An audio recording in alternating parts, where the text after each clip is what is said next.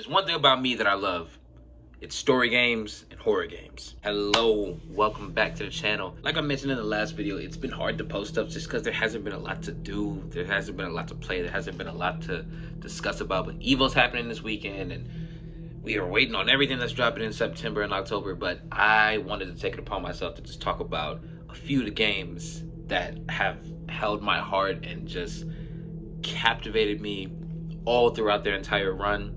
And their new run is on the way, but I wanted to rank the Supermassive games series. All 6 games, all of them. The horror ones. They have a whole bunch of other stuff and some VR stuff, but I just wanted to specifically talk about the ones that are on console right now. Supermassive games, if you don't know, they make interactive horror games. Some people kind of look at them as walking sims, and you know, it is what it is, but I thoroughly enjoy those games. I find them to be so entertaining, so much fun, and I'm also a horror movie buff. Like, you know, I got a Horror Nights t-shirt on right now, so it's my favorite thing in the world. And I just figured, hey, let's go through them all. I'll give you my ranking, I'll give you my opinion on them. If you feel some type of way or you agree, we can converse in the comments, but let's just jump right into it. Let's get into it. At number 6, I'm gonna put Little Hope. Now, this isn't to say that Little Hope is a bad game, or this isn't to bash Little Hope.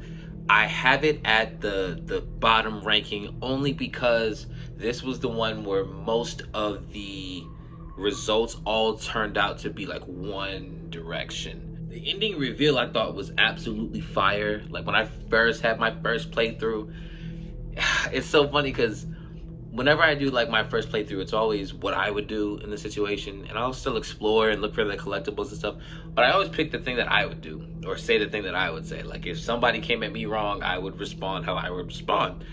And I ended up losing one character before the end of the game, so I didn't get the whole Everybody Survived trophy, but whatever. But yeah, this was the one where all of the choices all led to the same ending in a way. If you haven't played it, of course I'm not gonna spoil it for you, but this game out of all of them I feel like had the least amount of variety, only with risk and reward. I felt like there was a lot to still unpack with the severity of the ending and how everything kind of just builds up to that moment.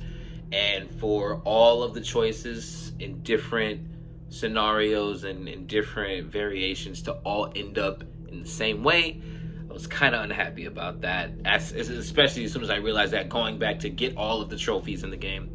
So that was a bit of a letdown, but I think overall, Little Hope is one of the more scarier games in the series. I think it is very engaging. I think the concept is fire. I absolutely love what they did with it. I remember seeing the trailer for it, because what they do, a nice Easter egg that Supermassive does in all of these games, is that they give you clues onto what is going to be the following game in one of the frames, or I think they did it in the totems for Until Dawn.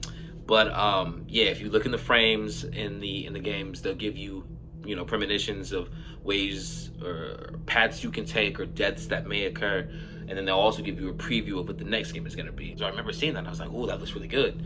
But yeah, I think just because of the lack of variety in the overall results, but still being a very scary and well-made game, I think that's why I'm going to have to leave it at 6. I still enjoy it. I still love it. I want to platinum it. I think I'm like 3 or 4 trophies away from that. But yeah, I would put Little Hope at number 6. This one I had to think about. I had to think about this one for a little bit. At number 5, I'm gonna put The Devil in Me. And I hate to do that. I hate to do that because I absolutely loved The Devil in Me. I will say, I have to be honest. This was the first game in the season, in the series, that I kind of had to make myself finish. I kind of had to be like, all right, let me play this. I loved the first opening minutes, and I loved all of the new features and the new gameplay and the new mechanics that this installment had to offer. I loved the inventory system. I loved being able to run. Being able to run was really cool. Having to jump over things, crawl over things. They really made it much more of a overhauled experience that still was playing to the strengths of what they do very well.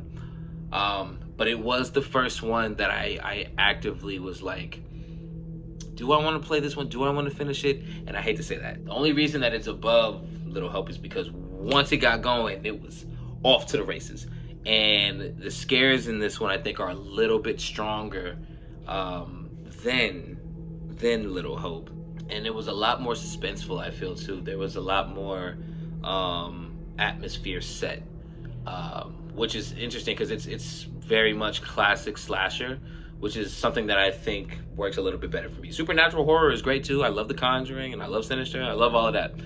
But a good old-fashioned slasher just always hits different, for me at least. I don't know if it's the same for everybody else, but for me, slashers always hit different.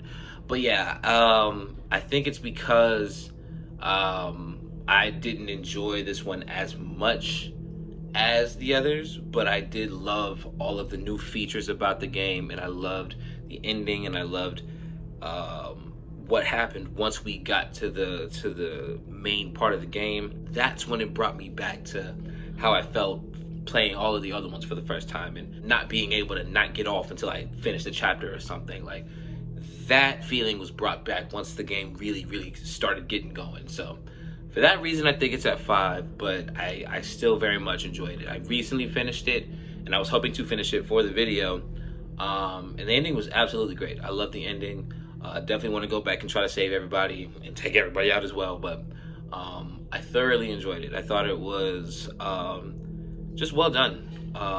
Like I said, it was a bit of a dredge to get through. It was a little bit of a journey, but again, once the journey got going, it did not stop. So yeah, we're gonna leave it at number 5. At number 4, I'm gonna put Man of Medan, however you want to say it, tomato, whatever. I like Man of Medan, but I think people say Medan. It is what it is. Man of Medan, man. I remember picking this one up, highly intrigued and highly anticipating a great adventure because it was from the same people that had made Until Dawn. I was like, yo, I definitely have to invest in this. And I think the only reason that I have it at 4 is because this one didn't leave as much of a mark as the ones above it. I think that with it being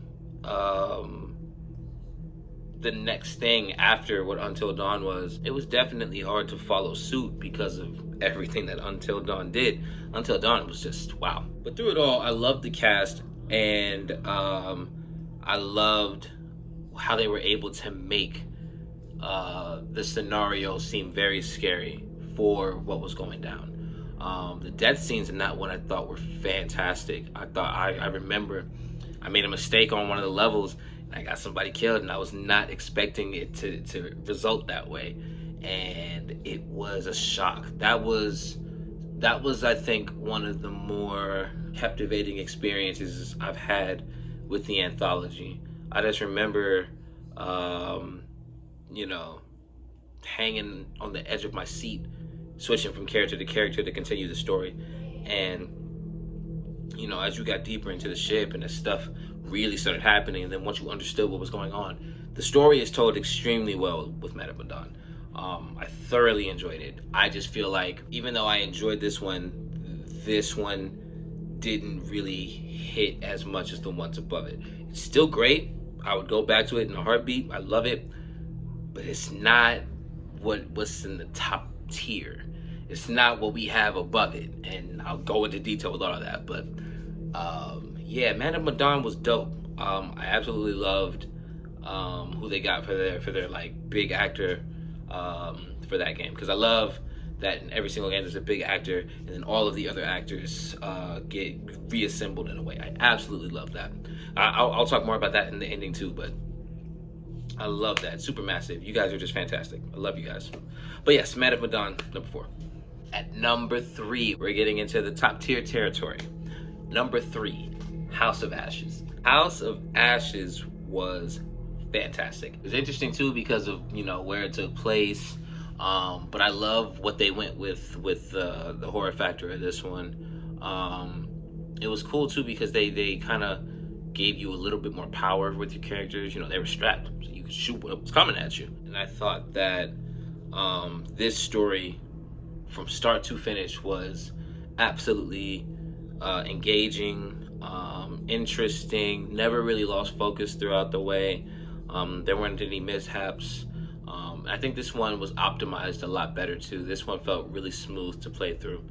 And it got really intense towards the end. I think this one is one of the more memorable ones in the anthology, and I absolutely loved playing it. I remember when I got the preview for that one looked really cool. That one looked like it was going to be really interesting, and they delivered. That one was actually really scary as well. There were a lot of great scares in House of Ashes. I think the replay value on that one is really high. Ashley Tisdale did fantastic. You know, the enemy of the game, you know, once you get to that part of it, it really is just beautiful to see. And the way that the story takes multiple turns, and the way that, you know, the root of the issue comes alive, it's beautiful to see. I felt like that one definitely set the series back on track after Little Hope. And again, I'm not bagging on Little Hope. Little Hope was dope. Little Hope was fine. But I really feel like House of Ashes was that reset that reminded people, yo, these games are really good. Try them out. Everything about House of Ashes I think was great. And I loved all of the different ways that could have gone. The ways that the deaths were portrayed. The deaths in that one were very gruesome. Oh my goodness. There were certain times where I was like, ooh, that just happened? So yeah, House of Ashes definitely getting the bronze medal here. I thought that one was executed perfectly, and I would absolutely love to play that one again. At number two, the Quarry. The Quarry, oh man. If you want to talk about hitting on every cylinder, you want to talk about hitting every itch that horror movie fans have, The Quarry did all of that and more. If you're like me, and you love horror, and you love everything about horror, the good, the bad, and the ugly, this is the game for you. It's campy, it's cheesy, it's scary, it's funny. Everything that great horror is built on was engineered into this game. The cast is lovable, the plot is great, the music is great, the graphics are great, it plays well. Everything about this was a phenomenal experience. I loved every second of it. And there were parts where I was shocked at what was going to be the outcome of my choices. That's something that I think is very underrated. Because I mentioned, you know, with all of the choices leading to one thing with Little Hope, that kind of drew people away from it, myself included. But the way that everything could take a different twist and turn with The Quarry, and how differently the game was manufactured in comparison to everything else that Supermassive had did prior, I felt was both refreshing but also just rejuvenating for them. You know, the way that you would see the premonitions has changed. The collectibles are a bit different. The way that you get them are a bit different. Everything about it, I felt like 2K and Supermassive came together and just really knocked it out the park. Shout out Brenda Song. Shout out the lady from Insidious. She's in the game.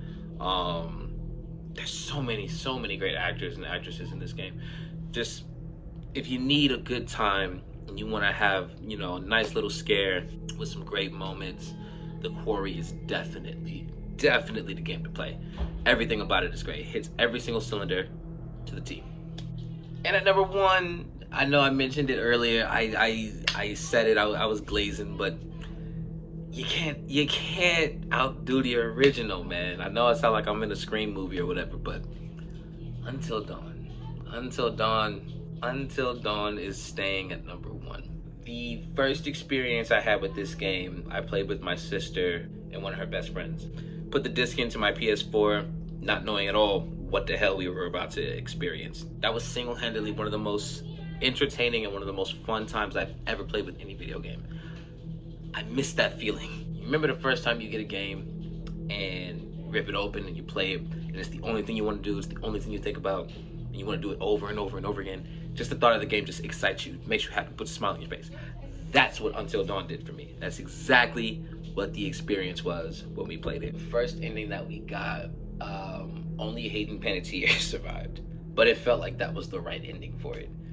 And like I said, we would pause the game and ask each other, like, what should we do? Should we run this way? Should we go that way? Should we save this person? Should we let them die?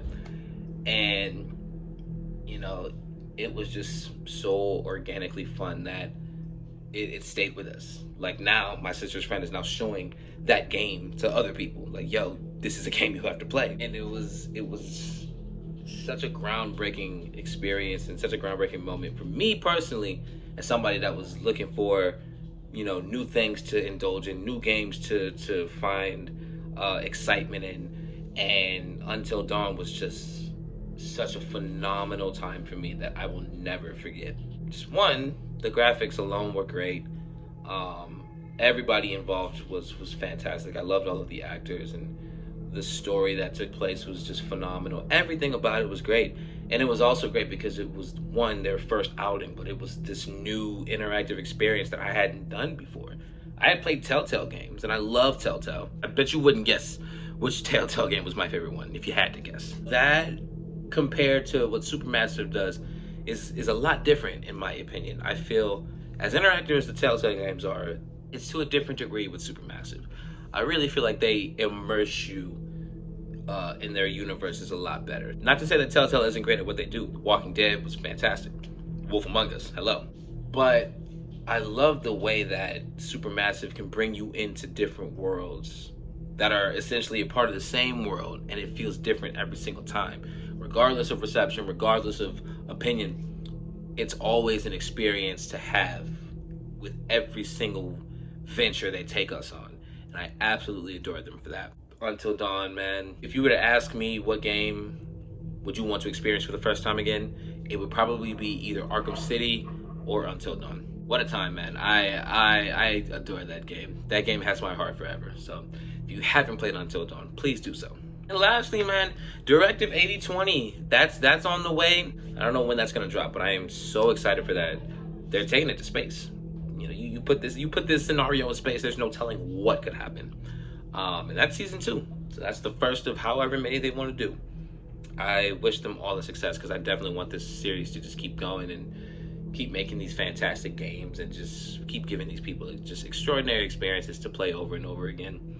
And the best thing about it is the people involved, they always have a job. They always have a role. They always have some work. I always love seeing the familiar faces pop up from each Dark Pictures game. Supermassive is just fantastic with that. They know how to bring in, you know, big names. Ashley Tisdale, I think Sean Ashmore was the one who was in Man of Medan. Jesse Buckley in The Devil in Me. What? Will Poulter, like, yo, like these are names, and they're always their own character for their installment in the anthology. Everybody else that you see, they make their way back into the games one way or another, and I absolutely adore that. It's always cool seeing somebody who was one character in one story show up in another story as a different character on some Twilight Zone stuff, but I absolutely love how they do that. So yeah, man, I just want to say Supermassive, I adore you guys. I love y'all. I think what you do is great. I can't wait for Directive or Destination 8020. Directive 8020 or Destination, one of the two. I can't wait for the new game whenever it comes out. Thank you guys for creating. I appreciate y'all. And thank you for all the memories. Thank you for the great experiences. You've made this horror fan very happy. That's gonna do it for this video, man. I hope y'all enjoyed. I am gonna try to do some new gameplay later this week. I'm gonna try a game that got a lot of great reviews. It's more up my alley because it's very story based and it's, you know, I think choice based, but I hope y'all enjoy. I'm still trying my hand at all of this, but we gonna make it work. Like, share, subscribe, the whole 9. You know the biz, you know what it is. It's Gerrad-OBrien, and I'm out.